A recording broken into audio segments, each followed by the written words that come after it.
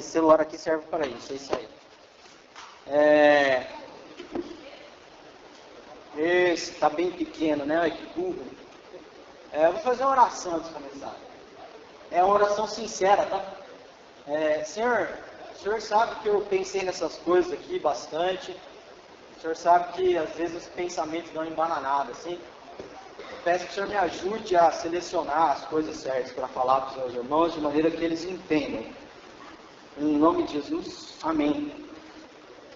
Então, o tema do que eu vou falar hoje é trabalho. E não sei se vocês lembram disso, para quem já estudou, mas em física, trabalho, a equação que define trabalho é força vezes deslocamento. Então, trabalhar é imprimir força em algo de modo que essa coisa saia do lugar. Então, às vezes, pode ser que você faz força, mas não realiza trabalho. Porque você faz força, mas aquilo não está saindo do lugar. E Jesus, quando ele vai falar assim da nossa vida, ele diz que a vida de cada pessoa é um caminho. Ou seja, a vida de todos nós é um deslocamento. Então ele diz que alguns vão andar por um caminho estreito, ou seja, vão realizar um trabalho que vai levá-los por um caminho estreito, enquanto que outras pessoas vão realizar um tipo de trabalho que os leva por um caminho largo. Então, se você for pensar assim também no funcionamento do universo, inclusive quando você está aí sentado, ainda que você não esteja se movimentando, se você pensar que a Terra está girando, que a galáxia está se movimentando, então a vida, eu vou falar da Bíblia, tá? Uma hora eu vou falar da Bíblia. A vida em geral, o universo, tudo se resume a trabalho. Por quê? Porque nesse momento, por exemplo, existe uma força que o Sol exerce sobre a Terra, que faz com que a Terra se mantenha nessa órbita. Então, na vida, absolutamente todas as coisas estão conectadas a trabalho. Seja o trabalho que a gente realiza de verdade, ou até nos nossos relacionamentos, por exemplo. Quando você se relaciona com uma pessoa, isso é um trabalho. Se relacionar dá trabalho, né? Amar dá trabalho, né? Tudo na vida dá trabalho. E ser trabalhador é uma das definições que Jesus deu para Deus. Jesus falou assim de Deus: olha, o meu Pai, ele trabalha até hoje, e eu trabalho também.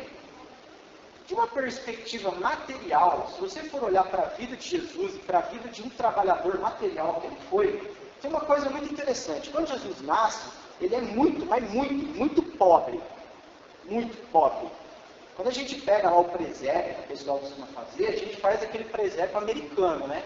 Então, uma estrebaria é uma casinha de madeira, com teto de madeira, que tem os animais ali. Só que assim, a verdade mesmo é que Jesus nasceu num lugar que é muito mais parecido com o que a gente conhece hoje como mangueira.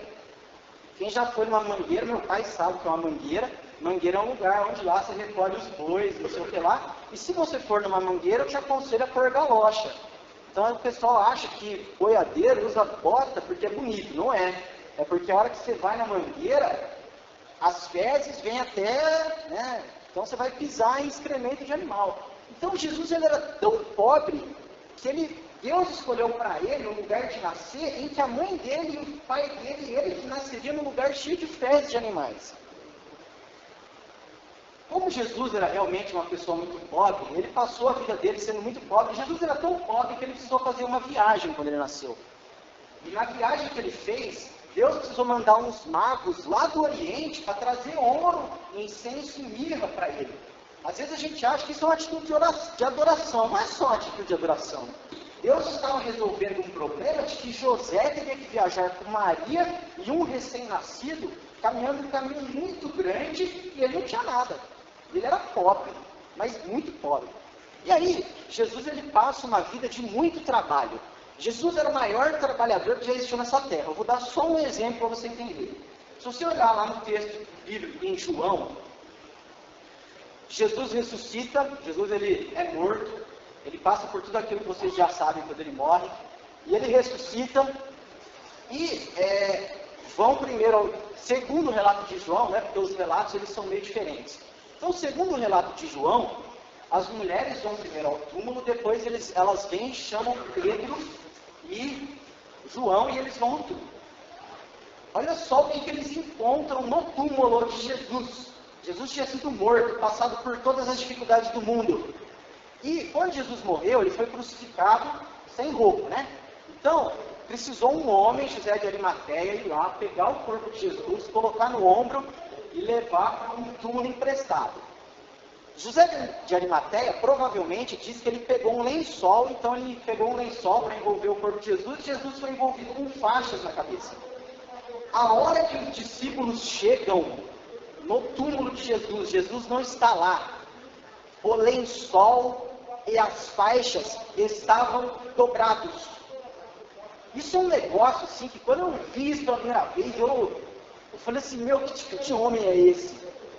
Que tipo de homem é esse que foi morto pelas pessoas, ele foi cuspido, ele foi transpassado, ele passou pela morte, ele ressuscitou, e na hora que ele ressuscita, ele pensa assim, esse lençol é do meu irmão, eu vou deixar aqui dobradinho para ele pegar depois. Olha o nível de consciência de trabalho que Jesus possuía. O nível de consciência de que, às vezes, eu na minha casa, eu terminei de tomar lá alguma coisa que eu estou sentado no sofá, eu vou fazer uma outra coisa e eu deixo meu copo no sofá. O André sabe disso. Jesus, ele tinha ressuscitado, ele era Deus, ele estava com o corpo glorificado, ele era o rei do mundo, e ele parou para dobrar um lençol. Se já existiu nesse planeta um trabalhador que fosse assim, como Jesus, eu não conheço, nunca vi. E eu estava falando de Jesus ser muito pobre, eu demonstrei que ele é um excelente trabalhador, nunca existiu um homem como esse, a ponto de dobrar um lençol a hora que ele ressuscita. Quando Jesus termina o seu ministério, ele não tinha dinheiro para comprar um travesseiro, porque ele vira e fala assim, eu não tenho onde reclinar a minha cabeça. E ele não tinha dinheiro para comprar a copa dele. Por quê? Porque o trabalho de Jesus nunca foi um trabalho material. Toda essa força de trabalho que ele imprimiu na vida dele, foi para abençoar pessoas. Beleza? Então, pensando nisso, né? Eu fiquei pensando no que pode ter levado assim, Jesus a ter essa consciência, a ponto dele ressuscitar e dobrar um lençol. O que tinha na mente desse homem, que fez ele ter essa coisa simples, mas genial? E eu pensei num texto lá do primeiro trabalho que foi realizado no universo, que é o trabalho de Deus. Então vamos ler lá, Gênesis 1. E eu vou lendo, e eu vou parando e eu vou explicando. Então, Gênesis 1 diz assim, no princípio Deus criou os céus e a terra. Quando a gente pensa aí no texto de Gênesis, a gente costuma pensar, sempre tem assim umas discussões, né, se Deus realmente criou o mundo em 7 dias ou não. Mas a Bíblia diz assim, que toda a Escritura, ela é útil para o ensino. Então a Escritura, além de um valor histórico, ela tem um valor mais para ensinar a gente. Então, se Deus parou para explicar para Moisés como é que ele fez cada coisinha, é porque isso tinha mais coisas que a gente podia entender. Então, essa primeira frase que aparece na Bíblia, eu vou reescrever ela. No português, as frases elas são assim, sujeito e predicado. Não sei se vocês lembram disso. Então, o sujeito é a pessoa que pratica a ação. E o predicado é o resto. Beleza? É assim que a gente aprende lá. A professora falava assim para mim, o resto. Pode pular um aí, Lívia, fazendo favor. Pode.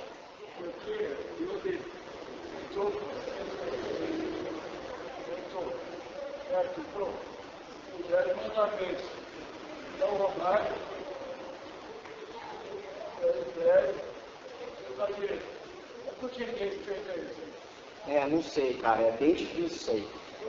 Eu te explico isso aí numa outra hora, Marcos. Então, se eu for reescrever esse texto,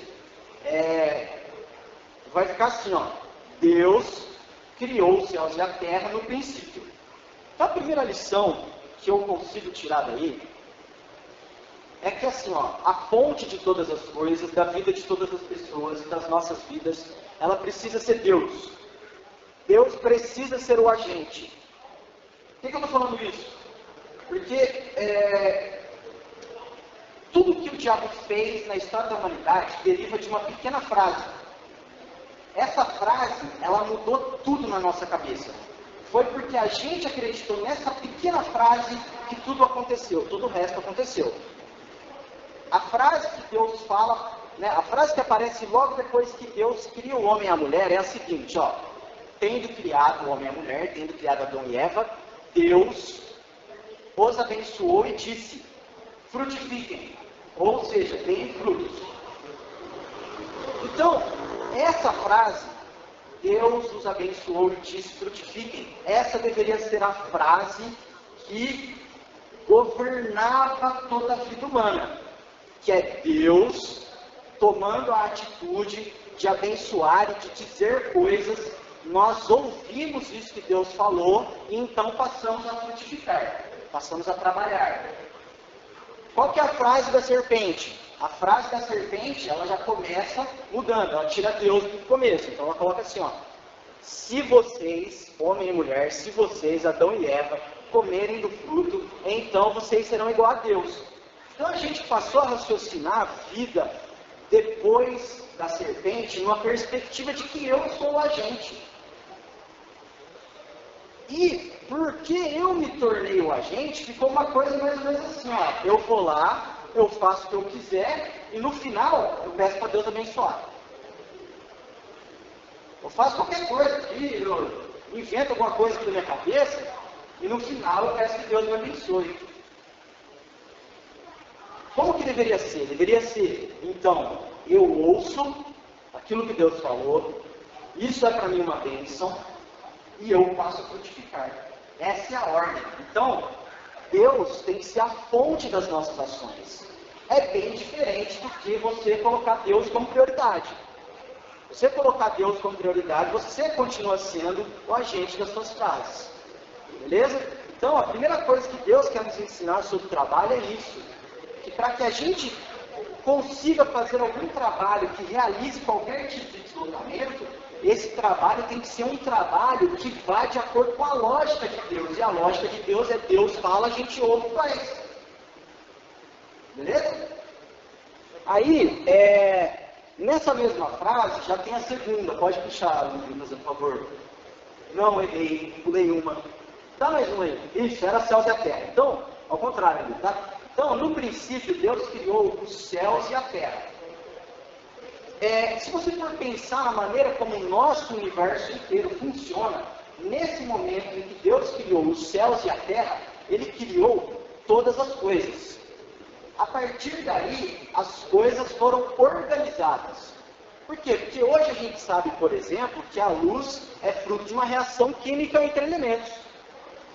Então, o que eu quero dizer com isso é que nesse exato momento, Deus havia criado todas as condições necessárias para que todos os outros trabalhos necessários de acontecerem na face da Terra acontecessem.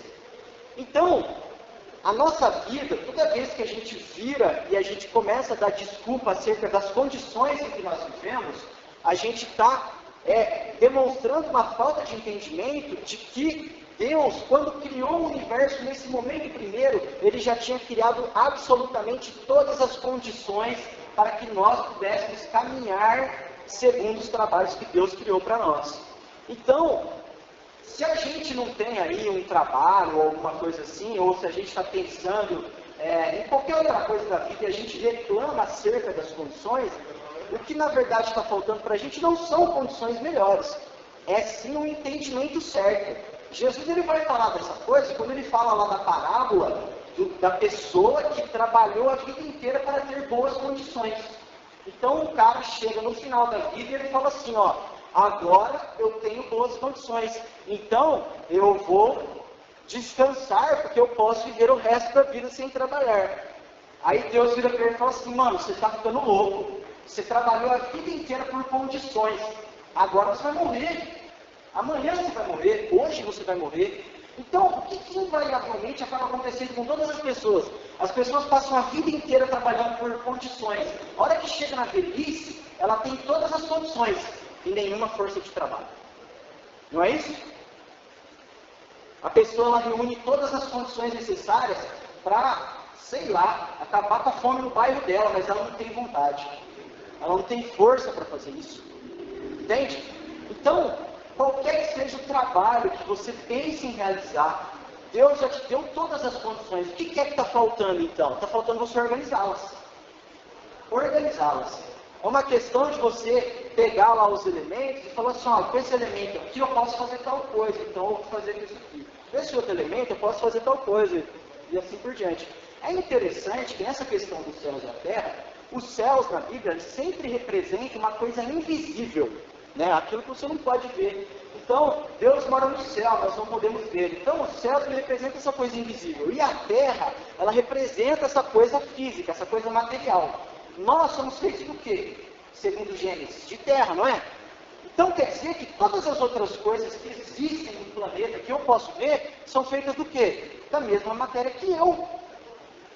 Então eu possuo em mim as potencialidades para fazer tudo, absolutamente tudo. É por isso que Jesus fala assim, que nós somos o quê? A luz do mundo. Porque se você for pensar, a luz veio do quê? Dos elementos materiais, a luz veio da terra também. Não é? E o próximo verso fala assim, ó, que a terra era sem forma e vazia, trevas cobriam a face do abismo e o Espírito de Deus se movia sobre a face das águas. Então, nesse primeiro momento, se você olhar, pode ser que você olhe ao seu redor e tudo está meio sem forma. O que é que está faltando, então? O seu trabalho para transformar as coisas que estão ao seu redor e fazer com que elas se transformem no universo que Deus desejou para você. Beleza? Então, não tem desculpa.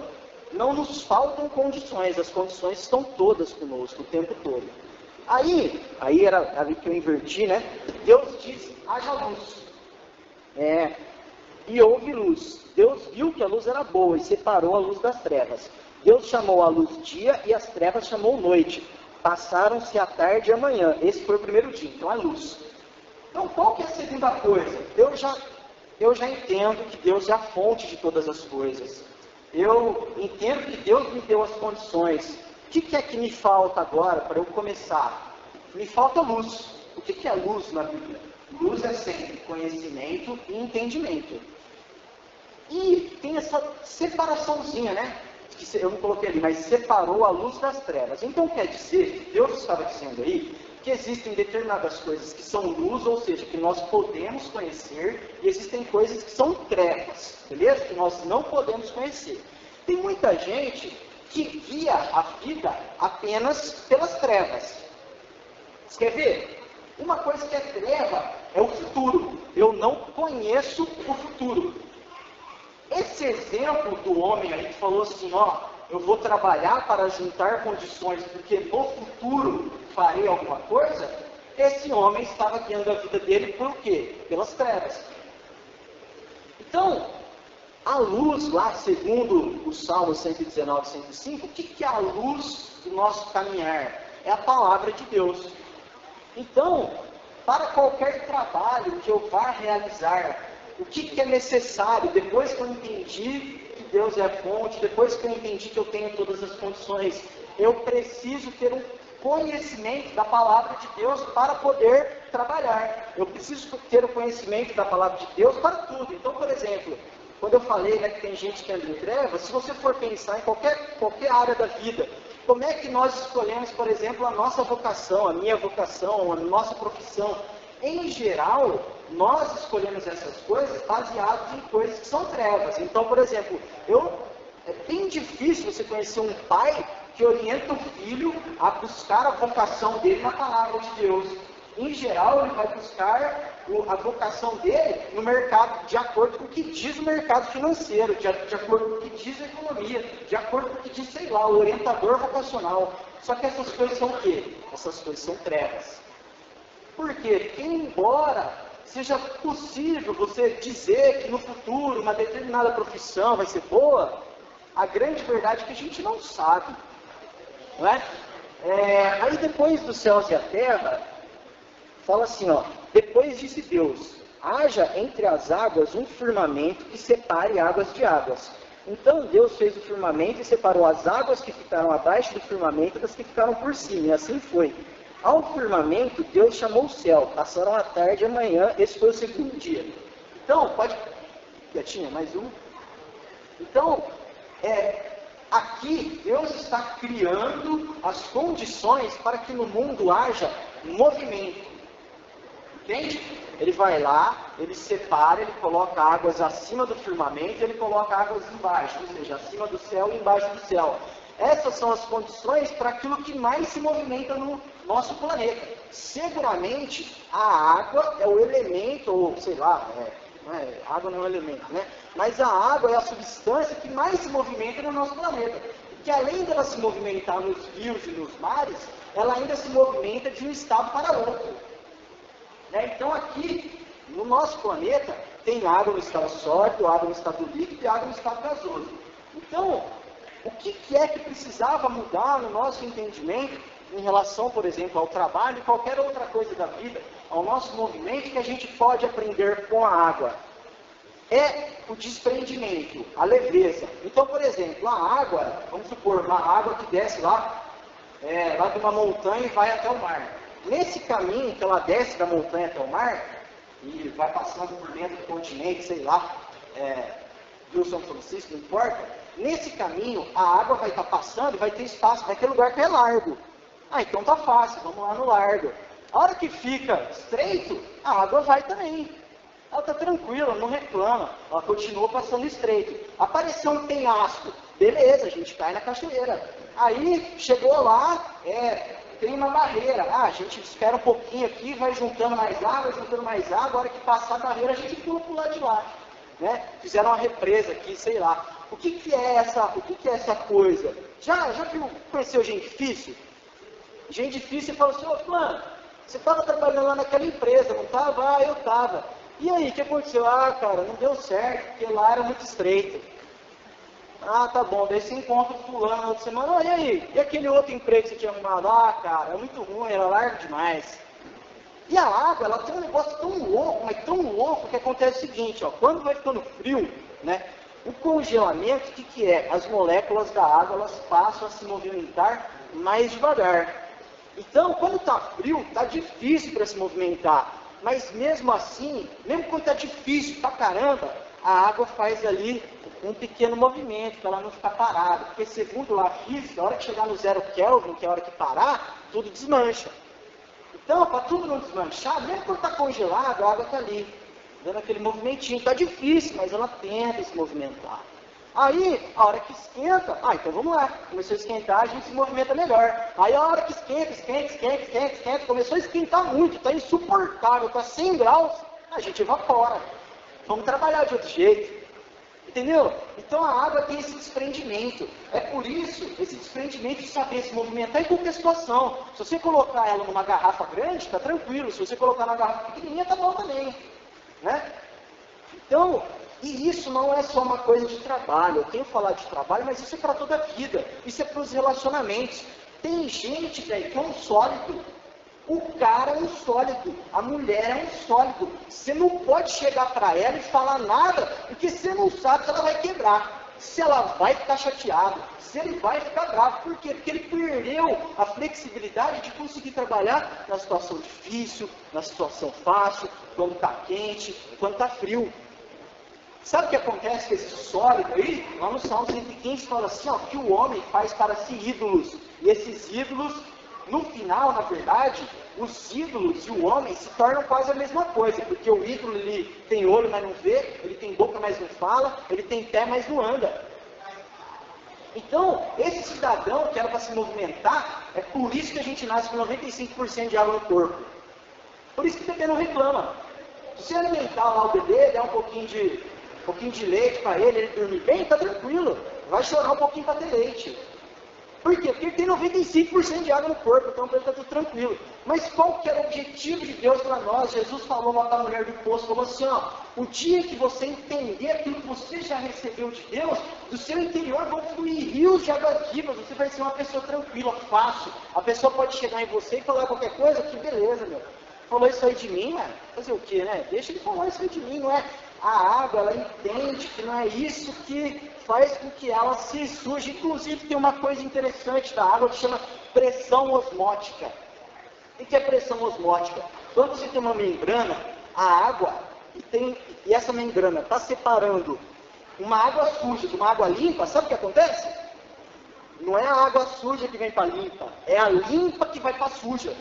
Então, eu sou tão seguro do que eu sou, da água que está dentro de mim, que eu não me importo de ir lá no ambiente sujo. Inclusive, eu vou cada vez mais lá, porque eu sei que lá está precisando de mim.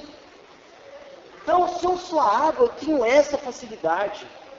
E é essa facilidade que Jesus espera de nós.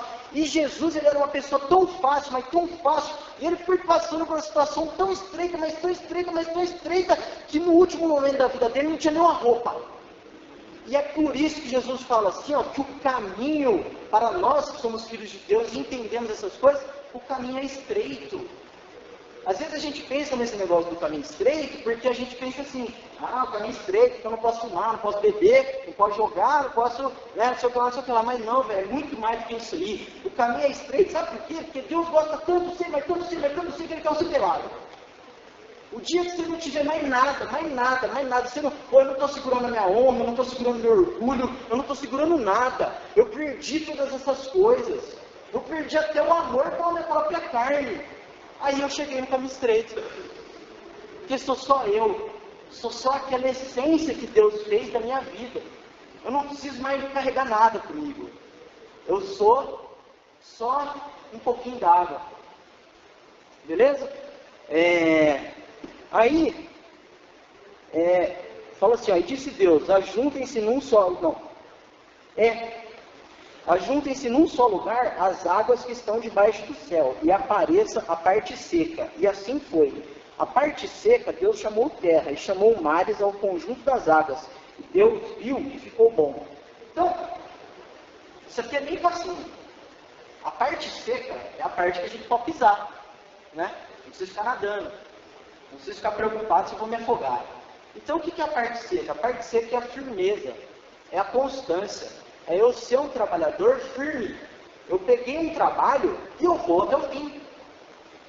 Lá no texto lá de Jeremias, acho que é 18, né, que fala lá do oleiro, tem um negócio bem interessante lá. Deus fala assim para Jeremias, Jeremias, vai lá na casa do oleiro. Aí Jeremias chega lá na casa do oleiro, e o oleiro está fazendo um vaso. Aí o vaso está indo, aí de repente o vaso quebra. Aí fala assim que esse oleiro é Deus. Por quê? Porque Deus, ele é essa pessoa constante. Se não deu certo esse vaso aqui do jeito que eu estou fazendo, nós vamos quebrar e nós vamos construir outro, de outro jeito, até dar certo. Deus espera que nós tenhamos essa constância na vida. A constância de eu trabalhar pelos meus relacionamentos, a constância de eu trabalhar pelos meus irmãos, a constância de eu trabalhar no meu trabalho. Essa firmeza. Beleza? Esse aí foi rápido, hein? Agora vem um lento. Então disse Deus, cubra-se a terra de vegetação, plantas que deem sementes e árvores cujos frutos produzam sementes de acordo com as suas espécies. E assim foi. A terra fez brotar a vegetação, plantas que dão sementes de acordo com as suas espécies, e árvores cujos frutos produzam sementes de acordo com as suas espécies. E Deus viu que ficou bom. Passaram-se a tarde e a manhã. Esse foi o terceiro dia. Uma das coisas que pode acontecer com a gente em relação ao trabalho é o seguinte, para eu dar um exemplo do que é que está errado na nossa vida, eu vou dar o exemplo de uma semente transgênica. Alguém sabe acho que todo mundo sabe que é uma semente transgênica. Uma semente transgênica é uma semente que foi modificada geneticamente para que ela tivesse as melhores características de vários tipos de sementes diferentes. Então, pegou lá uma semente que era boa para plantar no inverno misturou com a semente lá que resistia a uma determinada praga e misturou com uma outra semente lá que o fruto ficava maior. Só a semente transgênica. Só que isso é muito legal. A semente transgênica, ela frutifica muito, mas muito mais. E você perde muito menos do que uma semente normal. Mas sabe qual que é o detalhe da semente transgênica? A semente que nasce da semente transgênica, ela não frutifica mais.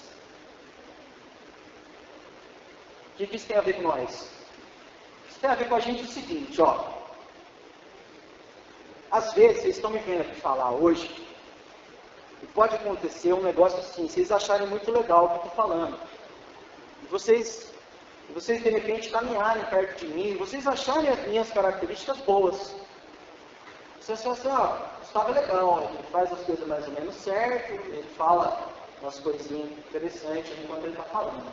E aí você pode querer tentar copiar o que eu estou fazendo. O que eu estou fazendo. O que isso vai acontecer invariavelmente? No começo vai ser super legal. Eu posso ter 5.000 admiradores. 5.000 pessoas que me admiram. Que olham para mim e elas querem ser como eu. Só que se elas começarem a querer ser como eu, de maneira que elas copiem as minhas coisas, e isso não é característica da vida delas, o que vai acontecer com a semente dessas pessoas? A semente dessa pessoa não vai frutificar, porque ela está copiando uma prática. Beleza? Então, para eu chegar a ser essa pessoa que eu sou hoje, Deus trabalhou dentro da minha mente. E na minha mente eu fui frutificando de maneira que eu ficasse assim como eu sou hoje. Esse é um risco que a gente corre. É um risco principalmente quando, por exemplo, daqui a 2 semanas vai ter um outro culto e pode vir um outro pregador aqui. Qual que tem que ser o meu sentimento em relação a esse outro pregador? Ou outra pessoa que vem no meu lugar para fazer qualquer outra coisa? Eu tenho que olhar para ele e apreciá-lo nas características dele. Não querer que ele fizesse aquilo como eu faço. Porque se ele for me copiar, a semente dele não vai frutificar. A semente dele vai ser só uma cópia da minha. E essa cópia da minha não vai frutificar na vida dele, não tem como. Isso acontece muito naquele choque de gerações que existe entre pais e filhos. Então, por exemplo, o pai, vamos supor que eu sou o pai, né? Então, eu tive uma vivência com Deus. Na minha vida, eu aprendi a pensar a palavra de Deus de uma determinada maneira. Isso evoluiu na minha vida, eu comecei a viver e isso se traduziu em determinadas práticas. Então eu, por exemplo, sou uma pessoa que, eu vou dar um exemplo bem bobo, tá? Eu não ligo para tatuagem. Aí, meu filho vai nascer. Só que meu filho, a André não está grávida não, vamos supor que nasça um filho meu. Ele vai nascer. E ele vai ter uma outra vivência com Deus. Deus vai trabalhar na vida dele de outra maneira. E isso vai se traduzir em uma outra prática. O que invariavelmente acontece? Eu começo a implicar com meu filho, não pelo coração dele, mas pela prática. Aí eu paro de querer orientar o meu filho a ter o coração voltado para Deus, a ter a semente dele voltada para Deus, o pensamento dele voltado para Deus, e eu começo a orientá-lo no sentido de que ele tem as mesmas práticas que eu. E o que vai acontecer? Vai acontecer que o Deus que eu estou apresentando para ele não faz sentido nenhum para ele. Porque ele é um Deus que meu pai me apresentou, que exige determinadas práticas que são irracionais. Então, o que é que eu tenho que passar para as outras pessoas? O que é que eu tenho que ensinar para as outras pessoas? O que é que as outras pessoas podem copiar de mim? A minha motivação apenas. A motivação que eu tenho de agradar a Deus. Só. Aquela semente que Deus plantou na minha vida, para que essa semente frutificasse. Mas na vida do outro, isso vai frutificar de outro jeito, e essa é a bênção de Deus. É aquela velha coisa que eu já falei aqui no galpão 1 milhão de vezes, da gente querer que limoeiro dê jaca. né? A gente querer que pé de melancia de laranja. Por quê? Porque eu preciso apreciar a semente de Deus que está na vida do outro. E regar a semente de Deus que está na vida do outro, para que ela frutifique segundo o outro. Não segundo eu. Para que a semente possa frutificar. Porque essa pessoa vai começar a expressar a vida de Deus nela, da maneira dela. E isso vai chegar numa outra pessoa, que vai olhar isso e vai falar assim, cara, que legal. E aí essa outra pessoa vai ter entendido que não é o que eu faço, não são minhas práticas, mas é o coração. É aquela coisa pequenininha, uma semente. Não o que a gente está vendo. Caramba, eu acho que eu fui bem mais rápido do que eu imaginava, hein? Aí, fala assim, ó.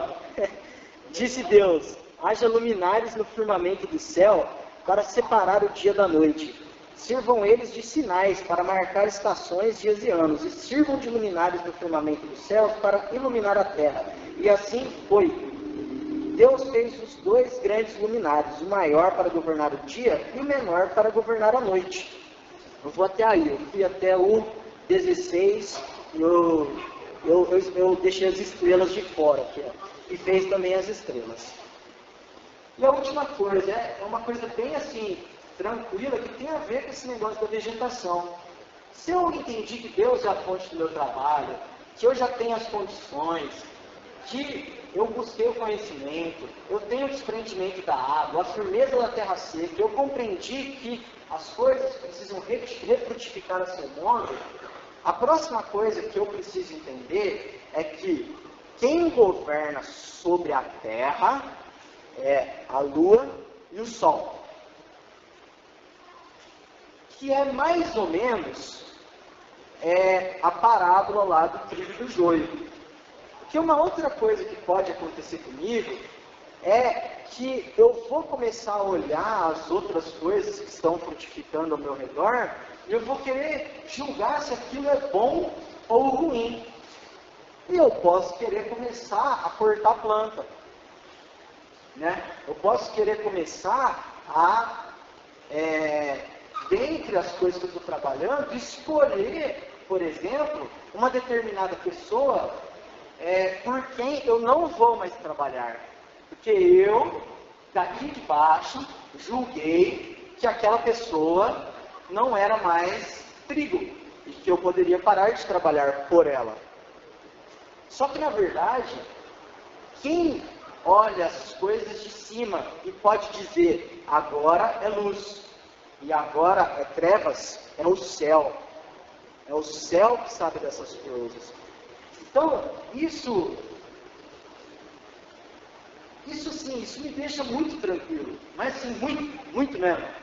Porque eu sei que se eu trabalhar daquelas outras maneiras, o céu vai fazer o papel dele. O céu é que vai dar o conhecimento, o céu é que no final vai dizer o que é trigo e o que é joio. Então, para mim, está sossegado.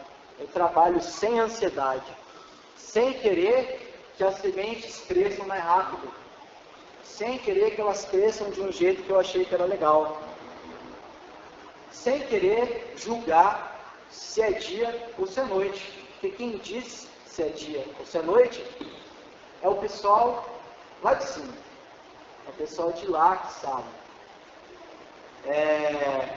Caramba, deixa eu ver aqui. Eita pega!